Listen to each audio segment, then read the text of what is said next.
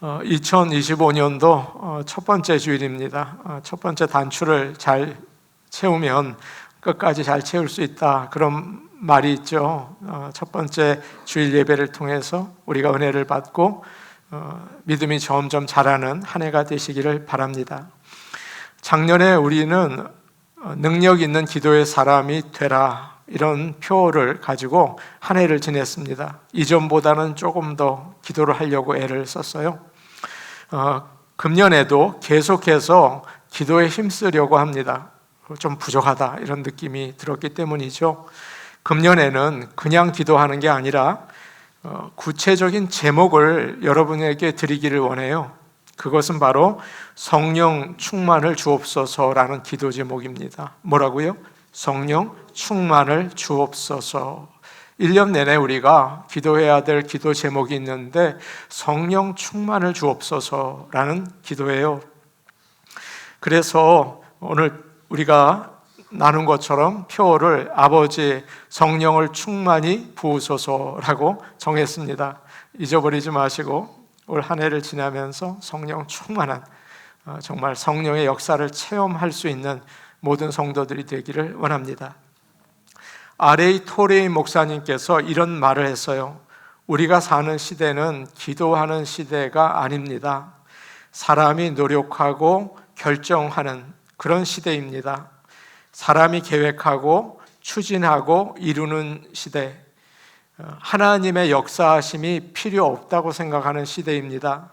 그러나 우리에게 가장 필요한 것은 살아계신 하나님의 성령입니다. 그렇게 말씀하셨어요. 우리는 죄와 죽음이 가득한 세상에서 살고 있습니다. 너무 힘들고 또 외롭고 어려움이 참 많죠. 모든 사랑과 복의 근원이 되시고 생명을 주시는 하나님과 동행해야겠습니다. 그러기 위해서 성령의 충만을 달라고 기도하시기를 간절히 부탁드립니다. 예수님이 어느 곳에서 기도를 하셨습니다. 그런데 기도를 마치니까 제자들 중에 한 사람이 와서 이야기를 합니다. 우리에게 기도를 가르쳐 주세요 라고 이야기를 했습니다. 주님은 우리들이 잘 알고 있는 주기도문을 가르쳐 주십니다. 그 내용을 가지고 기도해라. 그리고 나서 오늘 말씀에 나오는 비유의 말씀을 이어서 이야기해 주셨어요. 이렇게 기도해라 라는 뜻을 가지고 있습니다. 어떤 사람이 여행을 하다가 밤늦게 친구의 집을 찾아왔습니다. 보통 유대인들은 여행을 할 때 낮에는 너무 더우니까 가지 않고 저녁에 선선할 때 여행을 출발했습니다. 그리고 당시에는 여관 시설이 제대로 되어 있지 않았어요. 그래서 가는 곳마다 그 지역에 있는 사람 집에 머물러야 했습니다. 이 사람은 먼 길을 와서 피곤하고 배가 고픈데 너무 늦게 왔기 때문에 친구 집에 먹을 것이 아무것도 없는 거죠. 유대인들은 나그네를 잘 대접해야 한다고 생각을 했습니다.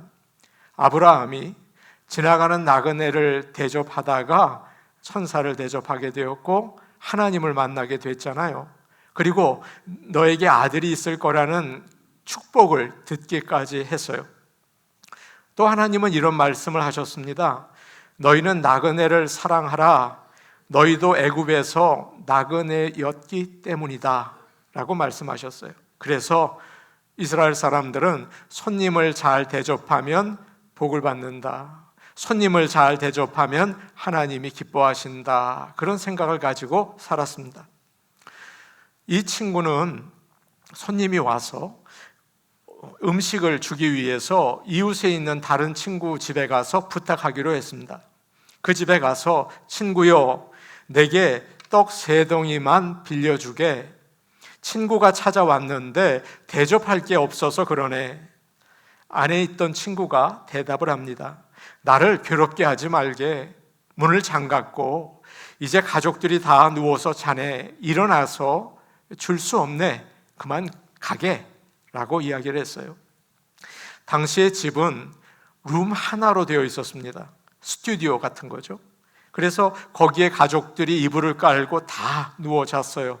여러분, 어릴 때 그렇게 주무시지 않으셨어요? 그리고 거기에는 가축들까지 있었습니다. 그러니까 한 사람이 일어나서 불을 켜고 음식을 찾아서 문을 열어서 주면 가족들도 깨고 또 짐승들도 깨고 그렇게 되는 거죠. 게다가 아주 급한 일이 아니지 않습니까? 강도를 당한 것도 아니고 누가 심하게 아픈 것도 아니잖아요. 그래서 못하겠다 거절을 한 것입니다. 주님은 이 비유를 말씀하신 다음에 우리에게 이렇게 말씀해 주세요. 8절 말씀인데 하나님의 말씀을 한번 들어보시기를 바랍니다. 같이 보겠습니다. 시작. 내가 너희에게 말하노니 비록 벗됨으로 인하여서는 일어나서 주지 아니할지라도 그 간청함을 인하여 일어나 그 요구대로 주리라. 친구이기 때문에 자다가 일어나서 음식 주는 게 아니다. 그가 끈질기게 졸라대기 때문에 준다라고 주님은 말씀하셨습니다. 집주인은 거절했지만 이 친구가 포기하지 않고 계속 두드리면서 부탁을 하는 거예요. 떡 3덩이만 주게. 부탁하네. 떡 3덩이만 주게. 그러니까 이 사람 정말 가지 않고 계속 저렇게 시끄럽게 하면 가족들 다 깨겠구나. 밤새 잠도 못 자겠구나. 그래서 원하는 것을 준다는 것입니다. 제가 이 말씀을 묵상하다가 저에게 적용해 보았습니다. 제가 만일 이 일을 가지고 밤 12시에 친구 목사 집에 가서 먹을 것을 달라고 하면 어떨까? 나에게 밥 좀 주게. 아마 귀찮기는 하겠지만 제 부탁을 들어줄 것 같더라고요. 그런데 왜 예수님은 친구라는 이유만으로는 부탁 들어주지 않는다라고 하셨을까요? 아마도 그렇게 친하지 않았던 것 같습니다. 친하지 않는 친구가 갑자기 찾아와서 돈을 좀 빌려주게. 여러분 어떻게 하시겠어요? 바빠서 나 어디 가봐야겠네. 피하지 않으시겠습니까? 그러면 주님은 왜 이런 말씀을 하셨을까요? 사실 우리는 하나님께 무엇을 부탁하기에는 하나님과 그렇게 친하지 않습니다. 친구라고 할 수 없죠. 우리는 죄인이거든요. 하나님은 우리가 하는 생각이나 행동을 좋아하지 않으십니다. 우리를 그렇게 가깝게 여기지 않으세요. 그래서 주님은 친구로서는 안 된다. 그러나 간청하면 된다라고 하셨어요. 자격이 부족해도 주님께 계속 나가서 구하라고 하십니다. 어떻게 그럴 수 있을까요? 친구도 아닌데 화내지 않으실까요? 자꾸 부탁하면 귀찮아하지 않으실까요? 혼내지 않으실까요? 아닙니다. 예수님은 우리를 위해서 죽으셔서 우리가 친구가 아니고 하나님의 자녀가 되었기 때문이에요. 그렇기 때문에 친구가 아니라 자녀로 나가라는 말씀입니다. 간청한다는 말이 8절에 나와 있는데 이 말은 부끄러움을 모른다, 예의가 없다, 뻔뻔하다라는 뜻을 가지고 있어요. 어린 아이가 엄마에게 뭘 달라고 계속 징징거리는 것을 이야기하죠. 사랑하는 여러분, 자녀들의 특징이 무엇일까요? 공손하지 않는 거예요. 또 예의 바르지 않는 것입니다. 뻔뻔합니다. 마치 부모에게 자기 돈을 맡겨 놓은 것처럼 사내라고, 내가 필요한 것을 달라고 부탁을 하죠. 저희 아이들이 저를 대하는 태도는 교인들이 저를 대하는 태도와 완전히 다릅니다. 지난주에 딸내가 시애틀에 살다가 새해를 보내려고 왔다가 갔습니다. 모처럼 만났습니다. 정말 오랜 기간 못 보다가 딸을 봤어요. 맛있는 것을 사주고 싶었습니다. 너 뭐 먹고 싶니? 고기 먹고 싶니? 월남국수? 또 치킨? 그러자 아빠 됐어, 괜찮아 라고 할 줄 알았어요. 그런데 딸 입에서 놀라운 얘기가 나왔습니다. 아빠 제일 비싼 거 먹어야지. 그러는 거예요. 아빠기 때문에 그렇죠. 아빠가 자기를 사랑한다는 것을 믿기 때문이에요. 맞습니다. 저는 딸에게 가장 맛있는 것을 사주고 싶었어요. 그래서 뭐든지 먹고 싶은 거 이야기해, 내가 사줄게 라고 이야기를 했습니다. 우리가 하나님의 자녀라는 증거가 뭘까요? 예의 없는 것입니다. 뻔뻔한 것입니다. 하나님은 오히려 그게 더 사랑스러운 거예요. 아빠, 이거 주세요. 아빠, 나 지금 힘들어요. 막 하나님께 부르짖는 거. 하나님의 자녀라는 증거이죠. 하나님의 사정을 생각하지 않고 뻔뻔스럽게 예의 없이 끈질기게 조르라고 하나님은 오늘 우리에게 이렇게 기도하라고 말씀하십니다. 그리고 예수님은 구체적으로 이렇게 기도하라고 가르쳐 주셨어요. 9절에서 10절 말씀입니다. 9절과 10절 말씀 우리가 같이 보겠습니다. 시작. 내가 또 너희에게 이르노니 구하라 그러면 너희에게 주실 것이요 찾으라 그러면 찾아낼 것이요 문을 두드리라 그러면 너희에게 열릴 것이니 구하는 이마다 받을 것이요 찾는 이는 찾아낼 것이요 두드리는 이에게는 열릴 것이니라. 아멘. 우리가 잘 아는 말씀이죠. 예수님은 세 가지 명령을 새해에 우리에게 하십니다. 구하라, 찾으라, 문을 두드리라 라는 말씀이에요. 먼저 이 세 가지 말은 점점 강한 의미를 가지고 있습니다. 강도가 점점 세요. 구하라, 찾으라, 두드리라. 점점 강한 강도를 가지고 있죠. 먼저 구하라고 하십니다. 믿고 구하라 그러지 않고, 하나님의 뜻대로 구하라 절대 그러지 않고 그저 구하라 라고 하셨어요. 무슨 말일까요? 뭐 복잡하게 생각하지 마라. 우리 목사님이 가르쳐준 대로 기도해야 되는데 그런 생각 절대 하지 마라. 그냥 부탁해라. 마치 거지가 구걸하는 것처럼 아버지 한 푼 줍시오. 그렇게 해라 라고 얘기하시는 거예요. 무슨 말일까요? 모든 기도에는 효과가 있다. 예수님의 이름으로 하는 모든 기도에는 효과가 있다라는 뜻이죠. 예전에 친구가 와서 가까운 에로우헤드 산에 간 적이 있습니다. 더운 낮에 여름에 차를 타고 가다가 자꾸 시동이 꺼지는 거예요. 운전하면 또 꺼지고 또 꺼지고.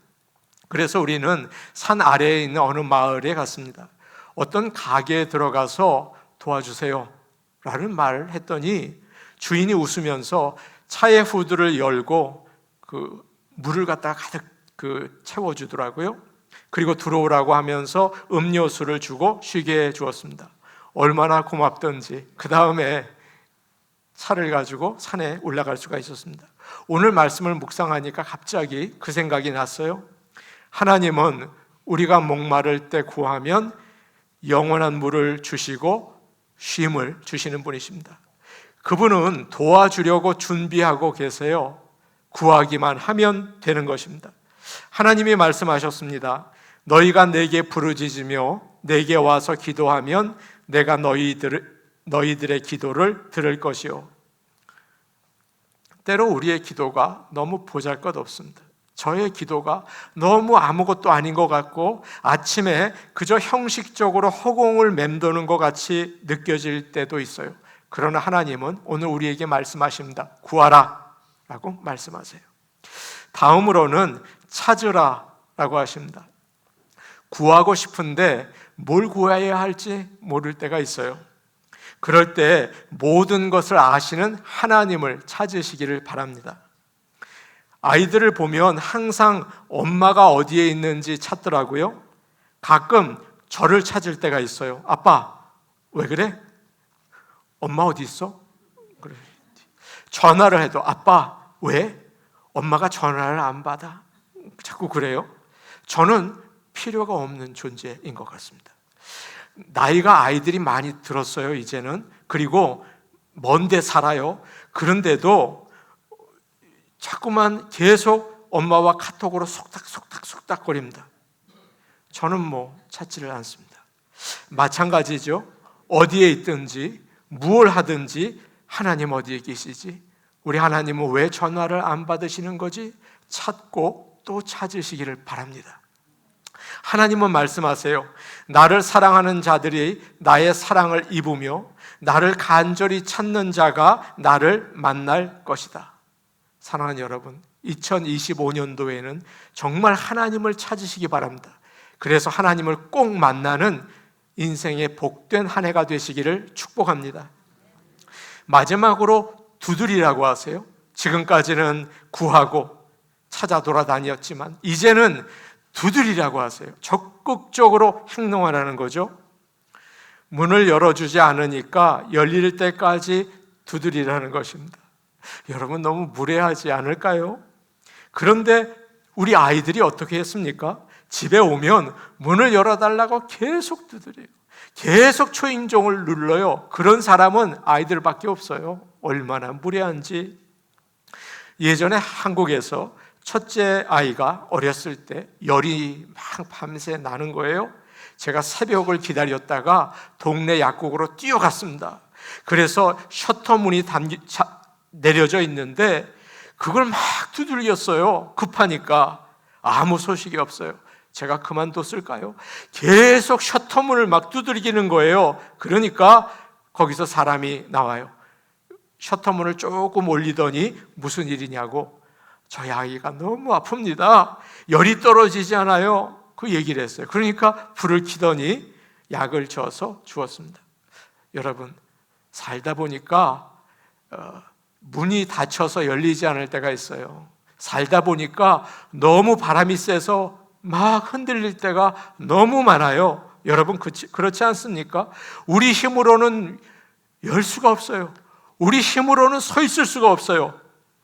새벽에 두드리고 금식하며 두드리고 밤에도 두드리시기를 바랍니다. 하나님이 열어주십니다. 이것이 바로 우리가 하나님의 아들이라는 증거예요. 이것이 바로 우리가 하나님의 딸이라는 증거입니다. 이것이 바로 내가 아버지 집에 살고 있다는 표시예요. 아버지께 구하고 찾고 두드리는 거죠. 여기서 주님이 강조하시는 게 있습니다.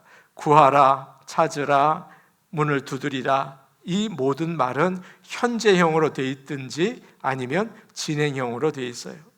계속 구하고 계속 찾고 계속 두드리라는 거죠. 기도를 시작하기는 쉽지만 계속하기는 참 어렵습니다. 많은 사람들이 처음에 열심히 기도하다가 시간이 지나면 차츰차츰 시들어지고 그러다가 그만두게 돼요. 그래서 예수님은 오늘 이 비유의 말씀을 통해서 포기하지 말아라. 계속 구하고 찾고 문을 두드려라 라고 이야기하세요. 그리고 나서 이것이 헛수고가 아니다. 반드시 응답을 받는다고 이야기를 하십니다. 6번이나 이야기를 하세요. 구절을 보면 이런 말씀이 있죠. 구하라, 그러면 너희에게 주실 것이요. 찾으라, 그러면 찾아낼 것이요. 문을 두드리라, 그러면 너희에게 열릴 것이다. 이렇게 너희의 기도가 헛되지 않다. 구하고 찾고 두드리는 거 결코 헛수고가 아니야 라고 주님은 말씀하세요. 자꾸 의심이 들죠. 그러니까 주님은 다시 말씀하세요. 10절에 이렇게 말씀하고 계세요. 구하는 이마다 받을 것이요, 찾는 이는 찾아낼 것이요, 두드리는 이에게는 열릴 것이다. 그거 잊어버리지 말아라. 기도하다가 아니야, 이제는 끝났어. 아브라함이 그랬잖아요. 하나님께서는 응답을 주셨어요. 여러분, 이제 새해가 시작되어서 내가 기도해야지 또 시들해지고 그러지 마시고 구하는 자는 받을 것이다. 찾는 이는 찾아낼 것이다. 두드리는 이에게는 열릴 것이다. 이 말씀을 여러분 꼭 기억하시기를 바랍니다. 이민교회, 여러분이 아는 교회인데요. 그 교회 사모님의 간증입니다. 1960년대 초에 미국 유학의 꿈을 가진 희숙이라는 학생이 있었습니다. 문교부 시험에 합격해서 너무 기뻐했어요. 유학을 올 수 있게 된 거죠. 그런데 돈이 없었습니다. 가난한 농부의 딸이었어요. 그래서 영어 성경 공부를 가르쳐주는 선교사님을 찾아갔습니다. 합격 소식도 알리고 예전엔 선교사님들이 많이 도와주셨어요. 그래서 혹시 도움을 받을 수 있지 않을까 했습니다. 선교사님은 희숙 축하해요 그러면서 잠깐 기다려요. 그리고 방에 들어갔다가 이제 들어가셨어요. 희숙은 선교사님이 돈을 얼마나 주시겠나 기대하면서 기다렸습니다. 그런데 선교사님은 큰 성경책을 가지고 나오셨어요. 그러더니 오늘 말씀을 펴시는 거예요. 읽어주셨어요. 구하라 주실 것이요, 찾으라 찾아낼 것이요, 문을 두드리라 열릴 것이다. 희숙, 나에게 도움을 구하지 말고 하늘 아버지께 구하세요 라고 하셨어요. 얼마나 실망이 되든지 어이없는 표정을 하고 있으니까 또 이야기를 했습니다. 희숙, 믿음이 없어서 잘 믿어지지 않는가 본데 그러면 내 믿음을 꾸어줄게요. 믿고 기도해봐요. 돈을 안 꿔주고 믿음을 꾸어준다니 이게 무슨 일인가? 너무 자존심이 상해서 집에 돌아와서 목사님 사모님이 지금은 되셨죠? 이불을 뒤집어 쓰고 울었습니다. 그래도 하나님의 약속의 말씀이라고 하니까 한번 해보자 그런 마음이 생겨서 새벽 기도에 나가기 시작했어요. 강대상 앞에 나가서 성경을 펴놓고 큰 소리로 읽었습니다. 하나님 들으세요. 약속하셨죠? 그러다가 하나님이 한국말로 못 알아듣고 선교사님이 한 영어로 알아듣는 것 같아서 영어로 또 크게 읽었어요. 그리고 나서 말씀에 두드리라는 말씀이 있어서 주먹을 쥐고 교회 바닥을 계속 두들겼습니다. 손이 너무 아팠어요. 그래서 이번에는 신발을 벗어서 두들겼습니다. 약속의 말씀을 붙잡고 기도한 거예요. 포기하지 않고 계속 기도했고 열릴 줄을 믿고 기도했습니다. 어느 날 선교사님으로부터 연락이 왔습니다. 희숙, 기쁜 소식이 있어요. 하나님께서 우리의 기도를 들으시고 응답하셨어요. 그러면서 하는 말씀이 미국에 있는 교회 중보 기도팀에게 선교 소식도 보고하고 기도를 부탁했는데 그 중에 한 분이 자기가 스폰서가 되어주겠다고 미국에 오는 모든 비용을 책임지겠다는 답장이 왔다는 거예요. 그래서 미국에 오시게 됐다고 해요. 하나님의 약속을 믿고 기도할 때 신실하신 하나님께서 길을 열어 주십니다. 우리의 필요를 채워 주십니다. 포기하지 않고 하나님의 약속을 믿고 기도하고 기대하시는 믿음의 성도들이 되시기를 축복합니다. 아멘입니다. 11절부터 13절 말씀 우리 같이 읽겠습니다. 11절에서 13절 말씀입니다. 시작. 너희 중에 아버지 된 자로서 누가 아들이 생선을 달라 하는데 생선 대신 뱀을 주며 알을 달라 하는데 전갈을 주겠느냐? 너희가 악할지라도 좋은 것을 자식에게 줄 줄 알거든 하물며 너희 하늘 아버지께서 구하는 자에게 성령을 주시지 않겠느냐 하시니라. 예수님은 이제 잘 이해하라는 뜻에서 세상의 아버지들과 하늘 아버지를 비교하시면서 어떻게 기도에 응답하시는지를 가르쳐 주세요. 아들이 아빠 생선 먹고 싶어, 고등어 구워줘. 그러니까 아버지가 뱀을 한 마리 던져주면서 야 이것도 생선과 비슷해, 이거 먹어. 그런 아버지가 어디 있니? 라고 하십니다. 또 아이가 아빠 계란을 줘, 그렇게 얘기하니까 둥그렇게 웅크리고 있는 전갈을 주면서 여기 있어, 이거 잘 꼭꼭 씹어 먹어. 그런 아버지가 어디 있느냐라고 얘기하십니다. 물론 그런 아버지도 있어요. 그러나 보통 아버지들은 그렇게 하지 않습니다. 자식에게 가장 좋은 것을 줍니다. 아버지는 아이를 위해서 목숨도 내어줍니다. 사람은 누구나 악하죠. 예수를 믿는 사람들도 악합니다. 구원을 받고 용서를 받았지만 그래도 죄가 강하게 우리 안에 역사하고 있어요. 사람은 기본적으로 악해요. 그러나 아버지가 되면 다릅니다. 아버지들은 안 그래요. 믿지 않는 사람들도 자기 자식은 사랑하고 좋은 것을 주려고 해요. 자식에게 아침에 핫도그 주고 점심에 피자 주고 저녁에 라면 끓여주고 그러지는 않으려고 하죠. 따뜻한 밥에 정성껏 준비한 반찬과 국을 주려고 해요. 아이들을 잘 교육시키고 싶어 해요. 아이들을 운동을 시켜주려고 해요. 그리고 참 신기한 게 있죠. 자기는 예수를 잘 안 믿으면서 아이는 예수를 잘 믿었으면 좋겠다고 생각을 해요. 우리 교회 교인들과 얘기를 나눠보면 전부 자식 얘기를 해요. 우리 아이가 잘 됐으면 좋겠습니다. 그래요. 그렇다면 거룩하신 하나님은 어떨까요? 죄 많은 아버지들도 그 정도인데 하물며 하늘에 계신 아버지는 가장 좋은 것을 주시지 않겠느냐? 아멘입니다. 가장 좋은 것은 바로 여러분 기억하십시오. 성령입니다. 기도의 응답은 뭐라고요? 성령입니다. 남편들은 아내에게 가장 좋은 것을 주고 싶어 해요. 뭐가 있을까요?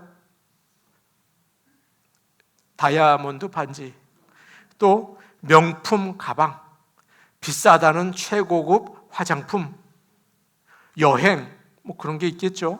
그러나 여러분, 그거보다 아내에게 가장 좋은 선물을 제가 찾아냈어요. 뭘까요? 그런 사랑의 마음을 가지고 있는 남편입니다. 너무 귀해요. 마찬가지로 하나님 아버지가 자녀인 우리에게 주는 가장 좋은 선물은 바로 예수를 믿는 자에게 주시는 성령님이십니다. 모든 복과 은혜의 근본이 되시는 하나님이십니다. 그분이 우리와 함께 있는 것이 최고의 선물이고 복인 줄로 믿으시기를 바랍니다. 성령님은 우리가 욕심을 깨닫고 죄를 깨달아서 회개할 수 있게 해주세요. 마음에 화인 맞은 사람으로 살지 않게 도와주세요.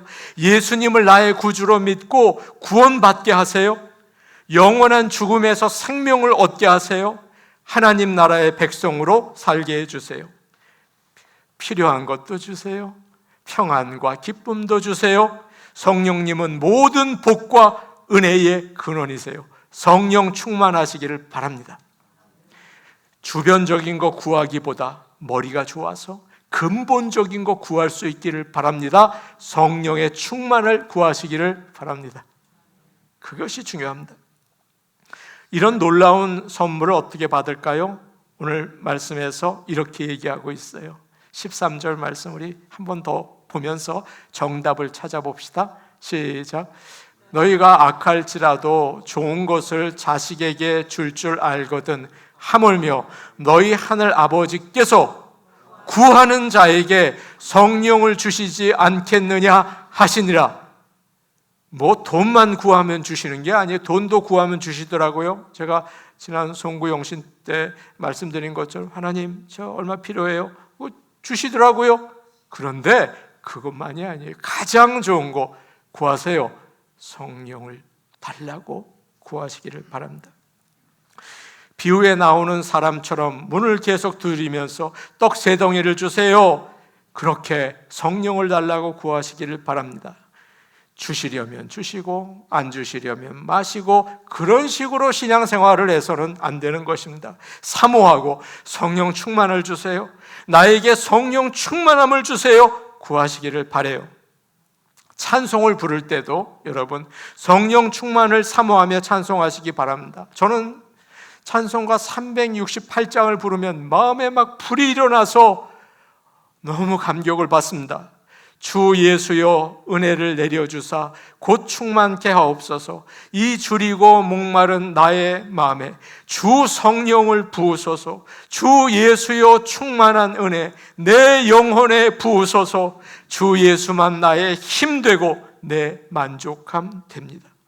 여러분 찬양하면서 가사를 묵상하셔야 돼요. 그러면서 성령의 충만을 달라고 구하셔야 돼요. 그냥 입에서 부르면 그 찬양도 아닙니다. 그냥 노래죠. 부교육자였을 때 하루에 예배만 몇 번씩 인도하던 때가 있었습니다. 예배를 준비하면서 혼자 사무실에서 하나님 성령의 충만함을 주세요. 이렇게 계속 기도했어요. 예배가 시작되었을 때 가슴이 뜨거워져서 눈물이 아니고선 찬송을 부를 수 없었어요. 성령이 충만하면 뜨거운 찬양을 부르게 됩니다. 아버지가 하는 사업이 어려워져서 집에 어려움이 생긴 가정이 있었어요. 그 집에 중학교에 다니는 아들이 있었는데, 여러분, 아버지가 힘들면 아이가 알아요. 조그만 아이까지 다 알아요. 그 느끼거든요.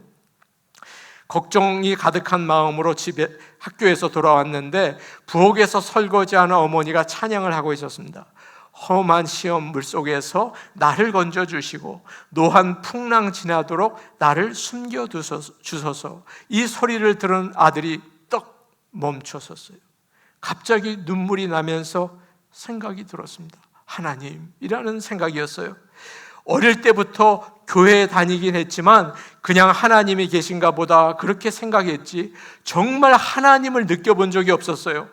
방에 들어가자마자 하나님께 기도하고 싶은 마음이 들었어요. 하나님, 우리 가정을 지켜주세요. 우리 아버지 도와주세요. 처음으로 이 중학교 아이가 울면서 기도를 했어요. 그러고 나니까 마음이 가벼워지고 방문을 여는데 어두움의 그림자가 사라졌어요. 엄마의 입에서 찬송이 흘러나오고 아들이 기도하니까 그 집에는 성령의 충만이 있었습니다. 결국 아버지는 다시 비즈니스를 하게 됐고 이 아들은 교회에서 장로가 되었어요. 어머니가 말할 수 없이 어려움 가운데에서도 찬송할 때 성령 충만이 임했고 모든 가족은 다시 일어설 수가 있었습니다. 성령님은 우리 가운데 계십니다. 성령 충만을 달라고 기도하시기를 바랍니다. 올 한 해가 시작이 되었습니다. 여러분 무엇을 마음에 품고 계세요? 끈질기게 기도하시기 바랍니다. 구하고 찾고 두드리면 주시겠다는 주의 약속을 조금도 의심하지 마시기 바랍니다. 하나님 아버지가 가장 좋은 거 성령을 주실 것을 믿고 아버지 성령을 부어주세요 라고 기도하시는 2025년도 되시기를 축복합니다. 아멘. 우리 함께 기도하시겠습니다.